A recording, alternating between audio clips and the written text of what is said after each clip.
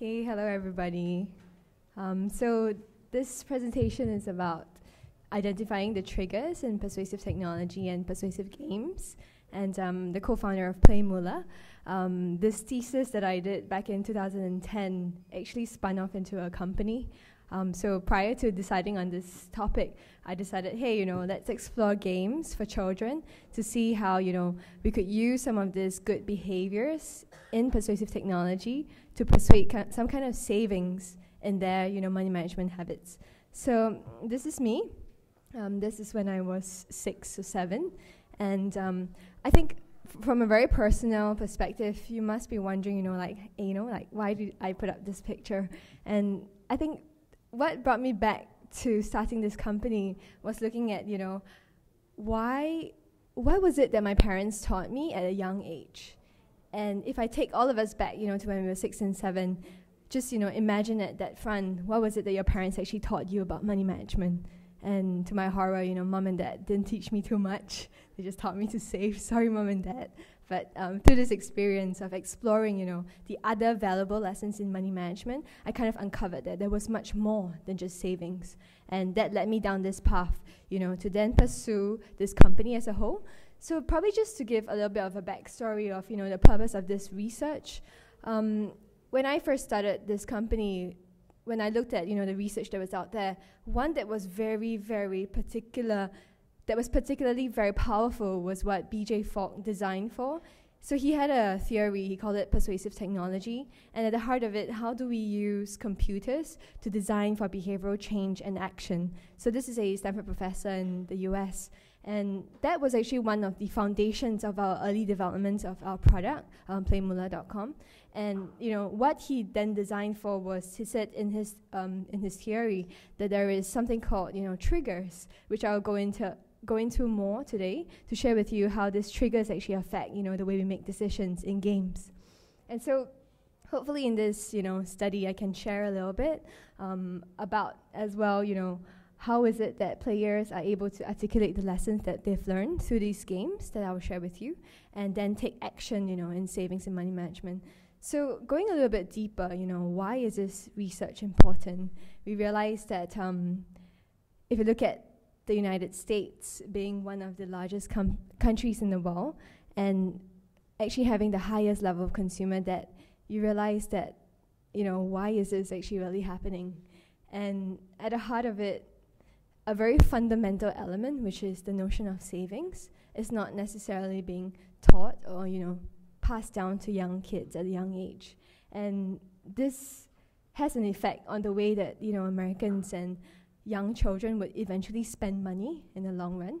And how is it that, we could, through games, illustrate some good positive ways of educating our young children at the start of a young age.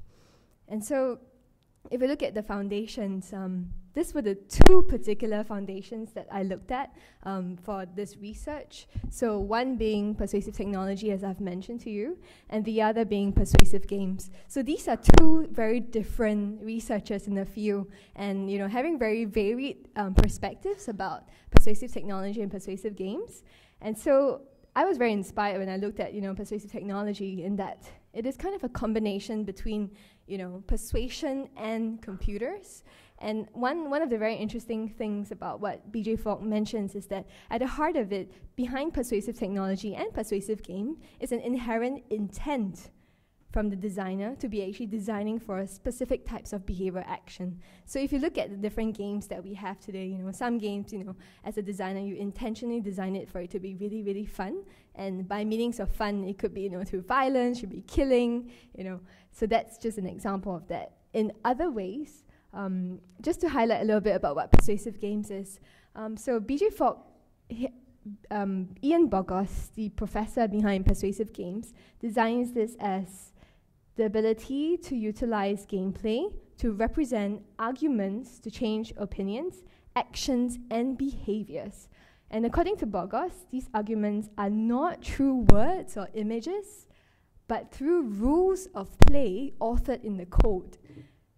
And so I'll share with you a little bit more of how, this is being kind of brought to life with what Ian Bogost has mentioned. But something very powerful as well is that, as a game designer or as a designer, the rules of play or the intentions of behavioral action or thinking is actually brought into the code itself. That when you play the games, it's not, subtly in your face like, okay, click here. But rather, you think through that process of what the next steps is in the game that you're about to play. So at the heart of it, in this study, I wouldn't go in depth into the differences and the similarities, but you can probably read it from my paper itself. And for this model, so just to highlight a little bit of what the theories of persuasive technology is, to just go a little bit more in depth for this research study. So if you look at this is what B.J. Fogg calls his Fogg behavioral model. Okay, at the heart of it, you have high motivation and high ability, and this is what a user experiences. And some core motivations of what could trigger a response or action is, pleasure, pain, hope, fear, or even, sense of acceptance or rejection. So that's some of the core motivations that, B.J. Fogg has designed for. And what he's saying here is that some simplicity factors actually affect the way you can be motivated to do something. And that is true, physical activity, time, value of how much money you have, in your pocket, social deviance, how pressured you are by your friends, your peers.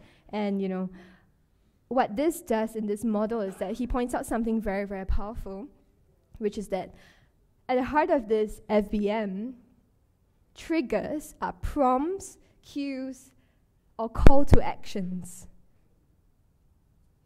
So there's specific, triggers that would cause you to take action. So let's go in depth and find out, what these triggers are. So he classifies them as sparks, facilitators, and signals. So just to highlight a little bit, what essentially is a facilitator? A facilitator is a trigger in the sense that if you have high motivation and low ability, you could still take action. So an example of this is, for example, connect using Facebook, right? Essentially, you could be highly motivated to do it, but it's just very little action or ability that is needed. You don't need a lot of money, you don't need a lot of time. The motivation to do it can be very high, but at the same time, very easy for you to take action on that. If we look at a spark, what B.J. Fogg shares as a spark is an example of video, a video that inspires hope, a video that inspires fear. When you look at this video, you can not necessarily be very motivated, you can be just chilling and watching this video, but essentially this ability could be pretty high that allows you to take action. And what is a signal? A signal is when someone has high ability and high motivation at the same time. It is when you have a reminder. It's very, very simple. It's just a reminder that triggers you to take action, thinking that, okay, I have high ability to, just click through. It's pretty easy for me to do that. At the same time, I'm highly motivated in that when someone tags me on Facebook, it's just so easy for me to click through, to have that action taken, and at the same time be motivated by it because my friends have tagged me on Facebook. So there is that, relation there that's happening. And so to zoom in into this study, let's explore in this study the significant change in a person's attitudes or behaviors in relation to learning about savings. So I'll introduce to you the two games that were used in this study. So one of them being PlayMoolah. So this was an alpha prototype that we developed very, very early on.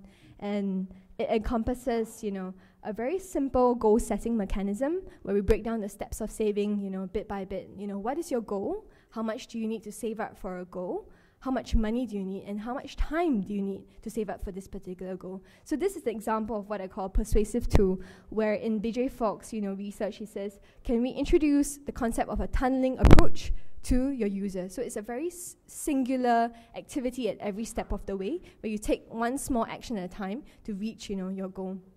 So that's the example of the alpha prototype that we built.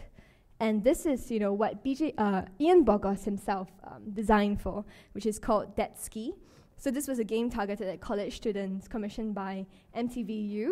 And this was to highlight, the dangers of excessive debt, savings, and challenging young people to avoid, destructive financial behavior. So an example of this was, him introducing this game to have young people think through the procedural rhetoric of, exploring what it means to be making decisions in the real world. So let me at this juncture show you the two games, so to give you a brief understanding of what the games are. Okay, so this was the game that we used in the study.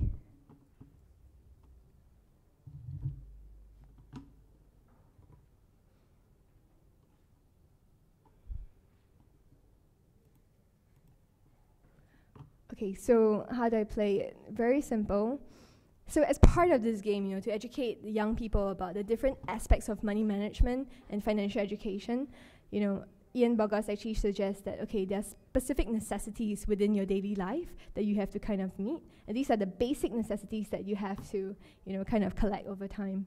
And you have the option to purchase items that could make you happy. So it could be like, buying like TV screens or buying, like your next cell phone, okay?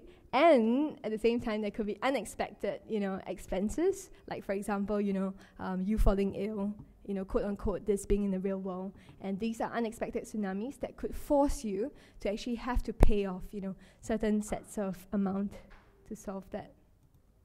And so ways to pay, interesting as well. You could collect these coins along the way as your income, and you can also, at the same time, use your credit card. So this was an embodiment of, certain sets of real-world examples of how money is used in the US. And so how do you win? You have to have enough savings, the least number of debt, and you have to have a happy, barometer as well at the same time. Okay, so I can, be thrifty, average, and a big spender. So here goes. Okay, so I need to collect 4 necessities, and let's go. Oh, okay.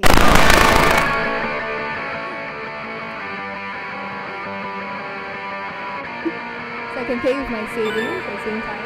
Number 1.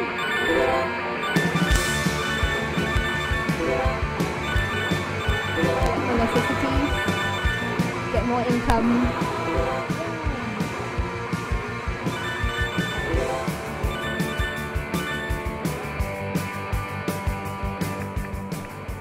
So the level progresses on, and the level of difficulty, increases over time. But you can essentially see, what is it that you've actually completed with the game. So this is the very, very interesting screen that, I'd like to just quickly share as well. So this is one that, triggers the user to think through within the game. Do I actually continue playing, collect more income, or do I essentially, take action to pay off my debt? So just to highlight that, as you think about this later on, as we go on later on, you can have these, images kind of in mind. So you can continue playing.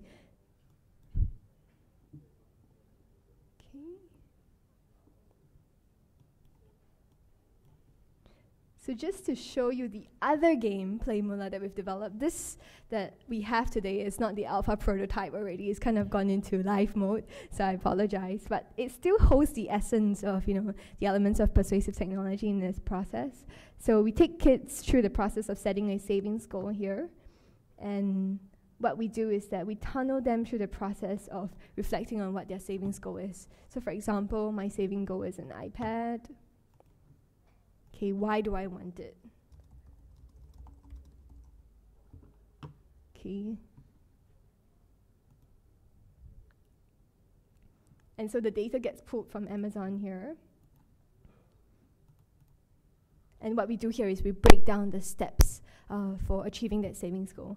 Imagine if a kid only has $1 a day, it will take them 399 days to save up for this goal. And to take action, to put this money into the savings jar. So this is an example of, one of the particular features that we have within the game itself. So the world kind of expands, into this kind of holistic view of money. So an example of, another game that I would just quickly highlight as well, that we put into the study during the alpha prototype was to trigger the response of, how much items cost in the real world. So this is a social challenge. And so, just triggering the response of how much does a bag of rice cost in the real world for the user. So, kids actually guess, okay, it's not $10.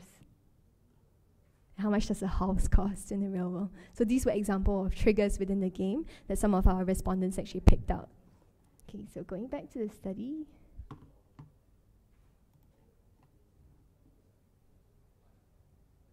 So as part of the methodology, I must admit that, this PlayMoolah game was designed for kids, but in the context of this study, what I did was I targeted college students just to, see what the responses could be.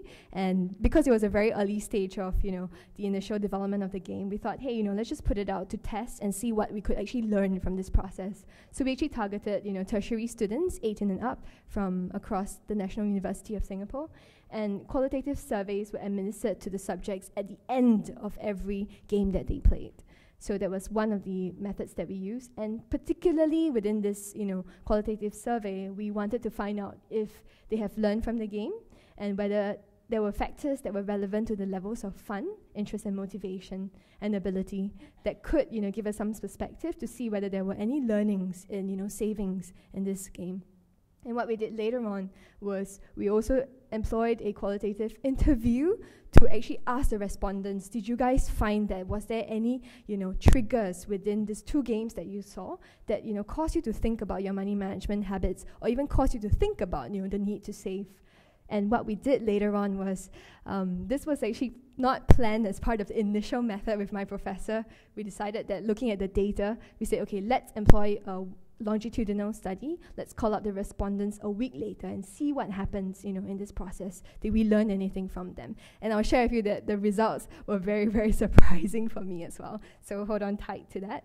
And so just to also understand, what do we mean by triggers in this case, in the context of a game? What we did was, I would say that, with BJ Fogg's theories, it was very relevant to examples of, Facebook. And I think that was where the foundations of his research came. And so what I did was I kind of used, persuasive technology theory and, Ian Bogoss's theories to see whether they actually fit into a game context. So it was an experiment, really. And what we did was we actually asked the respondents, hey, could you guys share, was there any particular triggers or were there any cues, prompts, or call to actions within the game? And these were the few that they actually highlighted for us. So this was a summation of, the top 3 from PlayMoolah.com, which is, the Go machine. So this was alpha version. What you saw today was the live version. And that actually tunnels through the users through the process of setting a savings goal. This one, on the second that you see is coin drop. It just inspires the user to collect coins. And some of them, interestingly, said that, that was a notion of getting me to think about my savings because I'm collecting money along the way. So that was a surprise as well. And then spin and guess as, the third most popular that they thought were prompts and cues and calls to action. And on the other hand, with Ian Bogoss, as I showed you the game briefly just now, what was interesting was a lot of the respondents, in fact, I think 37% of them actually said that this particular screen actually caused them to think about their own savings and money management. And going on to, the process of collecting income, that was something that they could relate to in the real world, into their own lives as well. And finally, the process of making a decision, either paying through your savings or through your credit. Those were, the 3 top triggers that we saw in that ski.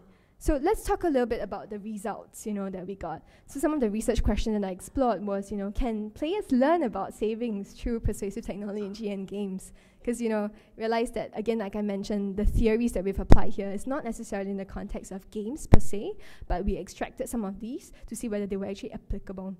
And so what we did was we took 3 different variables, and these were the variables that we took to help us, understand whether there was any significance in the learning.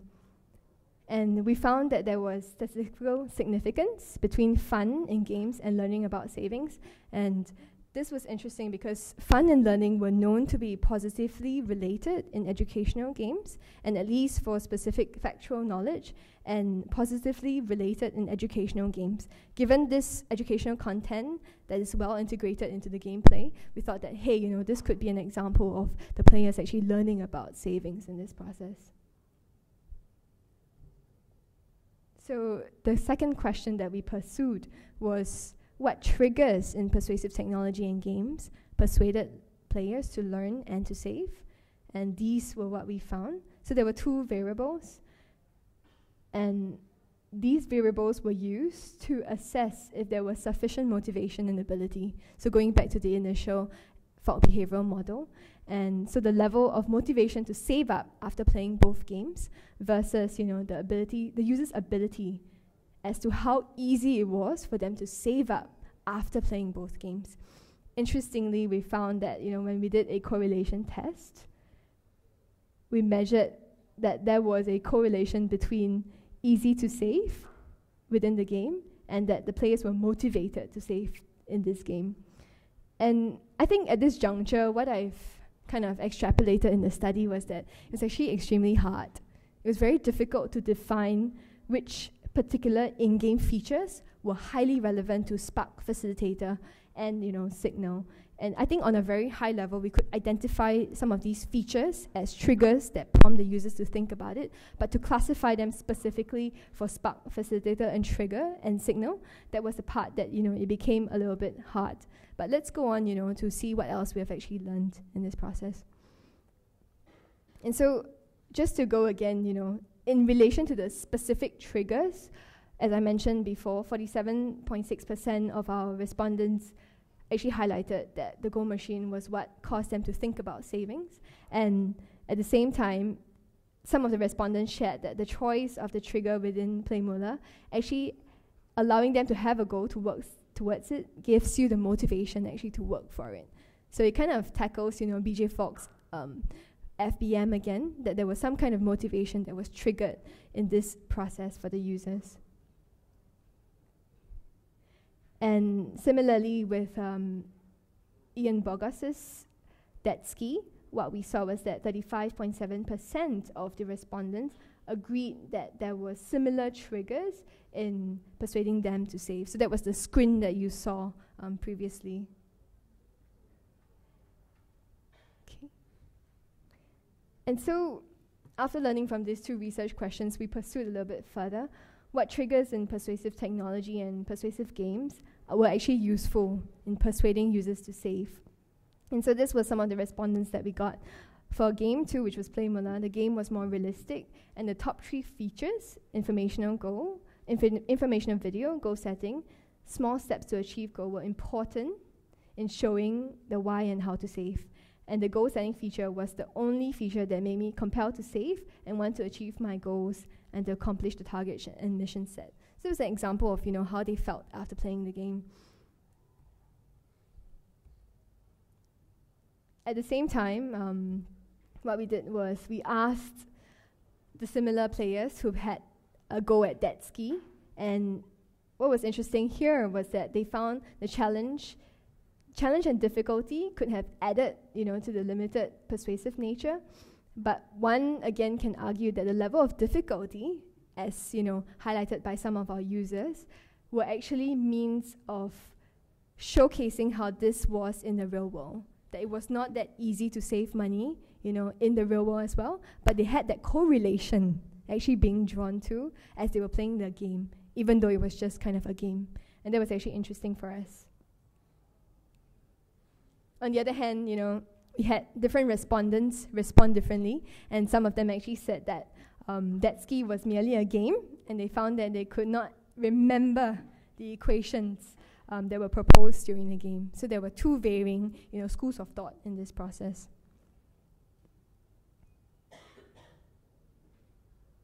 And so coming to, behavioral action in the real world, this was the part that it got incredibly exciting when we realized that there were some limitations in the study in terms of, defining the sparks, signals, and the facilitators.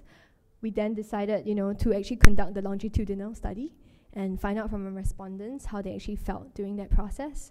And this particular respondent actually replied back, and she's about 18 years old, and she's female. And she said both Dead Ski and PlayMoolah had impact in the triggers. It actually made me think about the different factors within the game. Savings, everyday requirements, credit cards. So it was interesting because a combination of Dead Ski and PlayMoolah. And she said, these converge together with respect to my saving and spending habits. And what we found that was incredibly interesting later on was she said this: I bought an insurance policy a few days later. That to us was a complete surprise from a research perspective. It was completely an emergent outcome. We did not expect it. And she goes on to say that she may not have been so open to the idea that the game did urge her to think more about her long-term savings. So when we asked her if there was, thought and reflection in the second game, which was PlayMoolah, she said, while the previous game prompted me to think in relation to the other factors to my finances, PlayMoolah put into my head the idea of having a saving goal, and the end of it. And my long-term goals, my goals are quite long-term, so I think the two games actually work in tandem to shape my stance on saving. So at this juncture, it was really a surprise to have a result as such that, to some extent I could almost say that with BJ Fogg and Ian Bogus's games combined, it did give some kind of real world action. Because at the end of the day, what I've learned in savings and money management is that if I know it here in my knowledge, but don't know how to practice this in the real world, the knowledge that I have learned is probably, just there. So how do we actually translate this knowledge into, real world doing?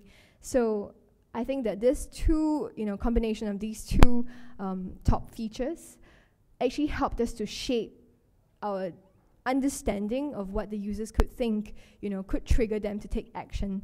And I would say that, my conclusion from, classifying triggers, sparks, facilitators, it really, really depends on the current situation in which you're at and the level of motivation and the level of ability you have. So in essence, this lady who actually bought the insurance policy, it seems like PlayMoolah and Detsky served as a signal for her, where she was highly motivated and she had the ability to purchase the insurance policy at the same time. So the games come in at different junctures to serve different purposes, and I think it varies for different levels of audiences, because she was the only respondent that did anything. The rest of the respondents that we called, we asked them, has anything happened? They could articulate, I'm thinking about my vacation goal, but no one really said that, I'm taking action to save, So there were varying levels of, action that was triggered within this game. So let's take a look very quickly at some of the limitations, just to, keep us a little bit grounded as well. So as I mentioned, it was very challenging to define, what was a spark, facilitate, and trigger. And I think if I look back on hindsight, what I could have done better was to pick out a key data point, which I didn't do initially, which was to ask participants if they had sufficient resources, which was in this case, as BJ Fogg has already identified, money. Whether this factor of having enough money in the very onset would have triggered a completely different response altogether. So just to articulate and identify this as one variable could have strongly enhanced, the level of maybe perhaps real-world behavior from the users themselves. And you realize that, PlayMoolah designed for kids was now used in the context of, college students. So I think this was an experiment that we did. And perhaps, now applying this relevance to kids, what kind of results and learnings could we achieve from that? And again, it's a very small sample size. We only had like 42 students.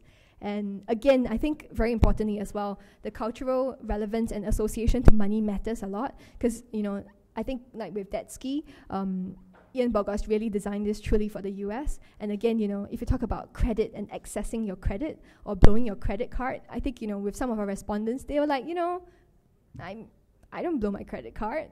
So in that sense, the sense of, excessively spending and over-crediting on your credit card was not necessarily, a key relevance to the respondents. And some of them didn't have credit cards as well, if you realize. And so into the future, just looking very, very quickly into the future, again, I think the researchers and us were really, really surprised at the rare case of how this one particular respondent actually took up this insurance policy. And that gave us a lot of, kind of courage also to continue on and pursue on in this field, that perhaps, savings or persuasive technology and persuasive games could affect the way in which we tackle, this area of financial education. At the same time, we realized that, the small sample size again, was confined to a very short period of time. This thesis and this study was done in the span of like 6 to 8 months.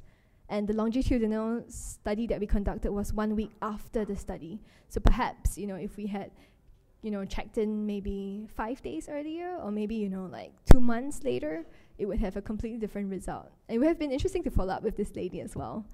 And at the same time, again, I think this study is extremely preliminary in its field. It is really, really preliminary in that, looking at triggers as a way to influence behavioral action is something I personally feel very excited, and I think it's really powerful. It's just that, as designers ourselves, game designers, how do we design for the right intentions and to be able to really articulate the kind of behaviors we're looking for very succinctly at the outcomes of the games that we design that could perhaps, encourage kids or even young people or even adults or parents to learn about savings and money management. So with that, thank you.